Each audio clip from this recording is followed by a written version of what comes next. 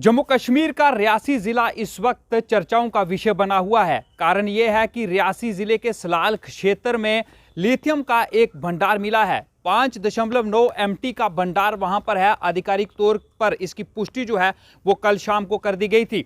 पहले ऑस्ट्रेलिया से और बाकी जो देश हैं वहां से इसका भंडार जो है वो भारत लेता था, लेकिन अब जम्मू कश्मीर के रियासी जिले के अंदर यह भंडार जो है वो पाया गया है। और भारत देश की बात करें तो पहली बार किसी केंद्र शासित प्रदेश या राज्य में इस तरह का भंडार जो है वो मिला है।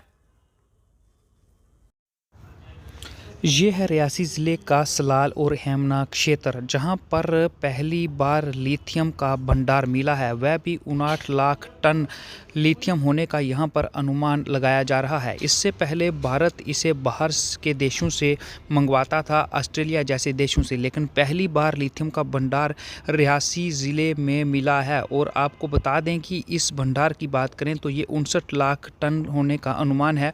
आधिकारिक तौर पर इसकी पुष्टि कर दी गई है।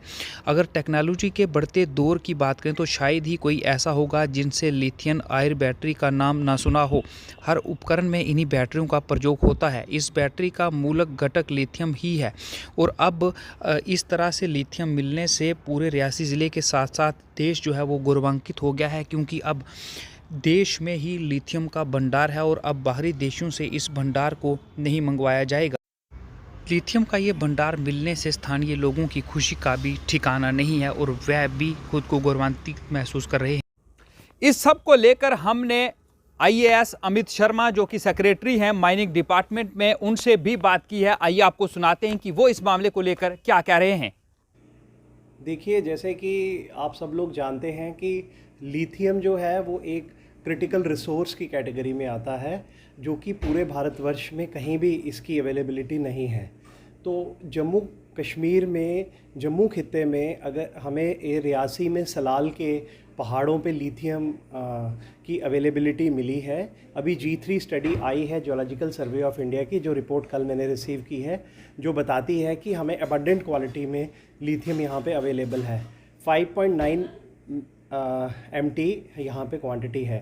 तो अब बात ये है कि ये एक बहुत बड़ी उपलब्धि है, ना कि सिर्फ जम्मू कश्मीर रियासत के लिए, केंद्र शासित प्रदेश के लिए, पर ये पूरे भारतवर्ष के लिए एक बहुत बड़ी उपलब्धि है, क्योंकि पूरे भारत में पहली बार लिथियम मिला है और भारत अब एक ग्लोबल मैप में अपनी प्रेजेंस दिखा सकता है। तो जम्मू कश्मीर का रियासी डिस्ट्रिक्ट जो है वो अब ग्लोबल मैप में आ जाएगा because of the lithium availability. क्योंकि आप जानते हैं, हम इस मोबाइल फ़ोन में लिथियम यूज़ होता है, इलेक्ट्रिक व्हीकल्स में लिथियम यूज़ होता है। लिथियम की तो हर जगह एक ज़रूरत रहती है। ये तो एक बहुत मेजर क्रिटिकल चीज़ है। और भारत में जो हमारा आत्मनिर्भर भारत का मिशन है, हमारे माननीय प्रधानमंत्री श्री नरेंद्र मोदी जी का जो एक आत्मनिर्भर भारत की तरफ पूरा एक वो रहता है, तो ये आत्मनिर्भर भारत के सपने को पूरा करेगा। हम सेल्फ सफिशिएंट होंगे इस पर्टिकुलर थिंग में, जो आज तक हम इंपोर्ट करते थे, ये आयात होता था। सरकार आगे इसका इस्तेमाल किस तरह से ले जाकर करेगी?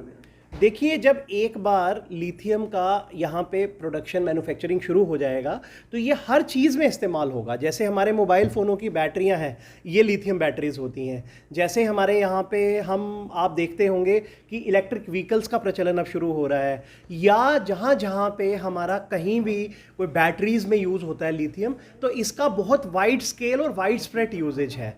तो मैं आप सबको यही बताना चाहता हूँ कि लिथियम एक बड़ा क्रिटिकल रिसोर्स है, जो पहली बार पूरे भारतवर्ष में यहाँ पे पाया गया है, जिससे बहुत से लोगों को रोज़गार मिलेगा, हमारी इकोनॉमी को बूस्ट मिलेगा, जम्मू कश्मीर एक नए आयाम पे पहुँचेगा।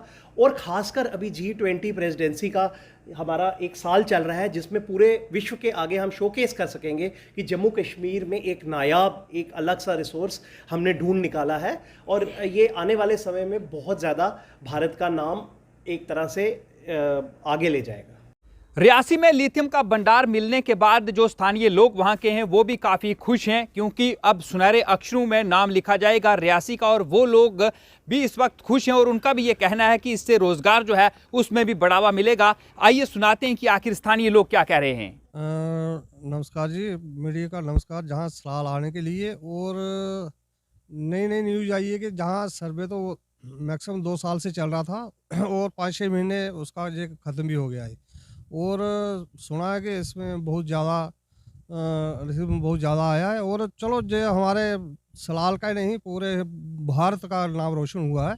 इससे हमारे बाहर कई चीज़ें जो हैं हमें देश के लिए बनाने में उपलब्धि मिलेगी।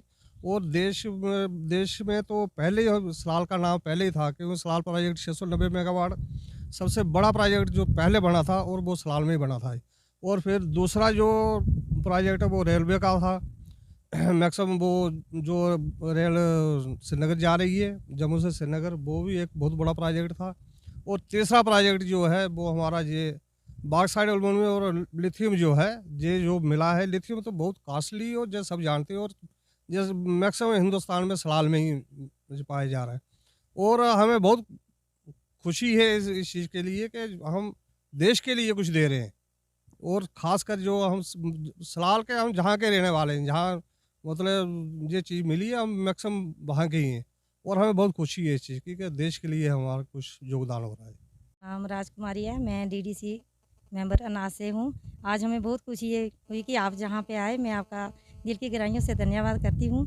जो जहाँ पे हमारा जो माइनिंग का जो काम शुरू हुआ था, उसमें से जो लिथियम निकला, तो मैं ये कहती हूँ कि मैं सबसे पहले तो अपनी सरकार को, माननीय प्रधानमंत्री जी को धन्यवाद करती हूँ कि जो जहाँ पे जो उन्होंने काम शुरू किया वो पास हो गया है। और हमारे इस गाँव का नाम जो है पूरे वर्ल्ड में होगा, और हमारे जहाँ के लोगों को जो रोज़गार मिलेगा।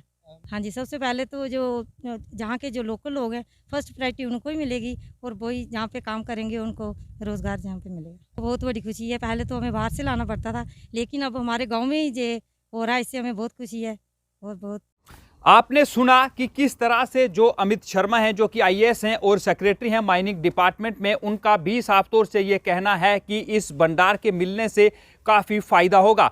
क्योंकि पहले भारत देश में बाहर से ये लिथियम मंगवाया जाता था, लेकिन अब जिस तरह से यहाँ पर रियासी में इसका भंडार मिला है, और इससे भारत देश को काफ़ी फ़ायदा होगा, और यहाँ के रहने वाले लोग जो हैं उसने रोज़गार जो है वो भी मिलेगा। और जब देश के अंदर इतनी बड़ी संख्या में इसका ज़ख़ीरा होगा, तो इससे यकीनन भारत देश को फ़ायदा होगा। और इसके साथ साथ स्थानीय लोग जो हैं उनकी खुशी का भी ठिकाना नहीं है। उन्हें भी लग रहा है कि उन्हें रोज़गार भी मिलेगा, और इससे हमारे देश को, हमारे केंद्र शासित प्रदेश को आमदनी भी होगी। रवि शर्मा, UNT, जम्मू।